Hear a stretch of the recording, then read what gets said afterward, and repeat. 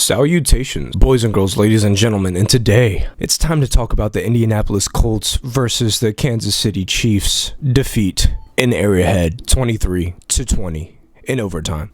Now, this has to be one of the most disappointing losses, I would say, of the year. Would it be more disappointing than Adonai Mitchell dropping the ball? I don't know. I think I would say it's more disappointing knowing the fact that we essentially had this game in the bag, and then our offense, which is one of the highlights of the year, was not able to produce a drop of offense in the fourth quarter at all. Consistent 3-and-outs, went to overtime still. After all that flaccidness, chose to elect to get the ball and dang near went 3-and-out again and gave Kansas City a glimpse of hope. And they went down the field and kicked a field goal. Now, in this game, we started out pretty decent. Our defense was the highlight of the game. And in a lot of ways, this is sort of our first game where our defense did a lot better than our offense. And I think this goes to show you that, once we start playing complete games again, like we did in the first half of the season, then we can get back to playing championship level football. And our special teams has been pretty awesome so far in the season. But yeah, this game was sad. It was sad to see. Our defense was locking up for the most part, but they had so much time of offense. I don't even know how much time of offense did they have. Let's see. So the Kansas City Chiefs had 42 minutes of total offense. The Colts had 25 minutes of total offense. Offense simply just fell off the face of the earth in the second half of the game. But we lose another game. We fall to 8-3, and are the alarms still here? Daniel Jones took care of the ball during this game and wasn't able to make the plays when it mattered, but outside of everything else, we were able to move the ball fairly efficiently until we couldn't. And that was Kansas City's defense that did really well against stopping Jonathan Taylor throughout the game. And arguably we could have leaned on Jonathan Taylor more so throughout the game, but we didn't have a comfortable lead to be running him up and down all the time. We could have gave him the ball a bit more, but I wasn't too terrible of the play calling. I wasn't too mad at it. A couple, maybe that 4th and 4, I think, when we could have went for it, because we needed to put some points on the board to not stall out our offense again. And our defense was just gassed throughout the whole game because they were holding the Chiefs to a field goal 99% of the time until we couldn't anymore.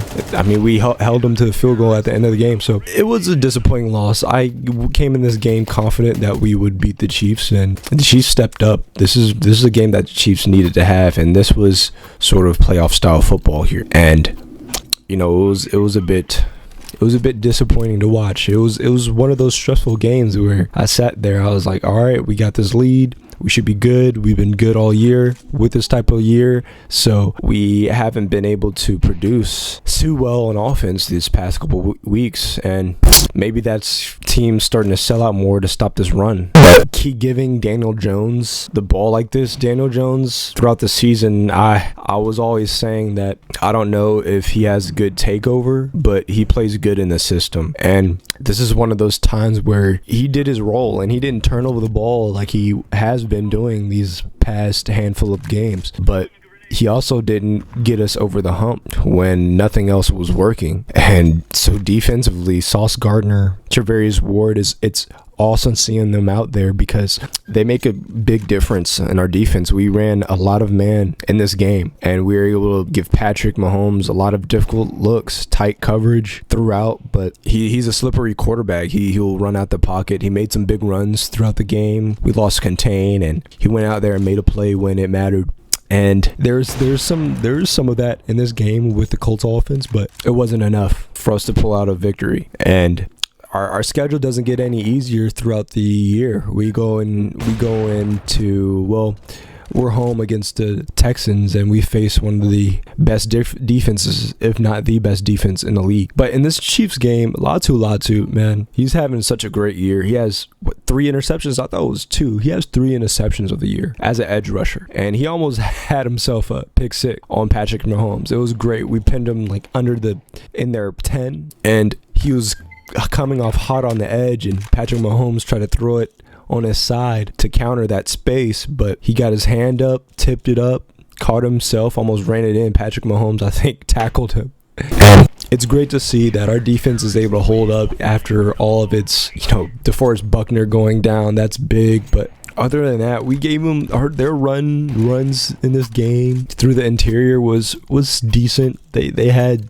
success doing that, and they just look like a more complete offense, unfortunately. So this one sort of stung. 8-3 is still pretty good for us. I think that Daniel Jones just needs to continue playing solid. I don't know, is this the peak of the Colts offense? Is this where we start falling off the face of the earth with this production? Because we knew how crazy it got in the beginning of the year, and we played the Titans twice. So I think we can I think we can still do some solid things throughout the year, but I'm starting to get a bit worried. I'm not gonna lie about the rest of the season, because it's only gonna get harder when we play 4 division games that we need a sweep, honestly, because the Jaguars and the Texans are getting way too close for comfort. It's a tight race in this AFC South division. So let's see what happens in this Texans game. Hopefully our offense can show a bit more spunk to it. I mean, one of our offensive scores were set up by Latu's pick in their territory on the 5 or whatnot, under the 5, like on the 2. So yeah, that was probably our worst offensive performance I've seen this year so far, and it wasn't really all Daniel Jones' fault. Things just didn't fall in our favor. I feel like he wasn't able to make. There was a couple plays that he missed, but a couple of those will happen throughout the game. I think a lot of penalties happened throughout this game. We really got behind the sticks a lot. And if you go and look at earlier this year, we weren't behind the sticks at all. We were able to get 4 or 5 yards on first down, make it second and manageable, open up the playbook, was able to do sort of what we could do offensively, and we weren't dictated off of what the defense gave us or how the defense has pinned us. We really cut these shortened 2nd and 10 down completely, darn near, and that's how we got our production. These last handful of weeks, now you're seeing that we're getting in a lot of more 2nd and 10, more obvious passing situations. So Daniel Jones, the pressure is on him, and he's been phenomenal when the pressure hasn't been on him. So that Falcons game, when we were able to make some clutch things happen, that was awesome. But our run game was also popping throughout that game, and we could have leaned on Taylor when we needed him, but this game we couldn't, and Daniel Jones just didn't do enough. He had the time, he had the protection most of this time, and he just had to get out some balls pretty hot. He was protected during this game. He protected the ball, and he probably had one pick-worthy play, but it was just a tough one. And our defense really played their butts off throughout this game. So yeah.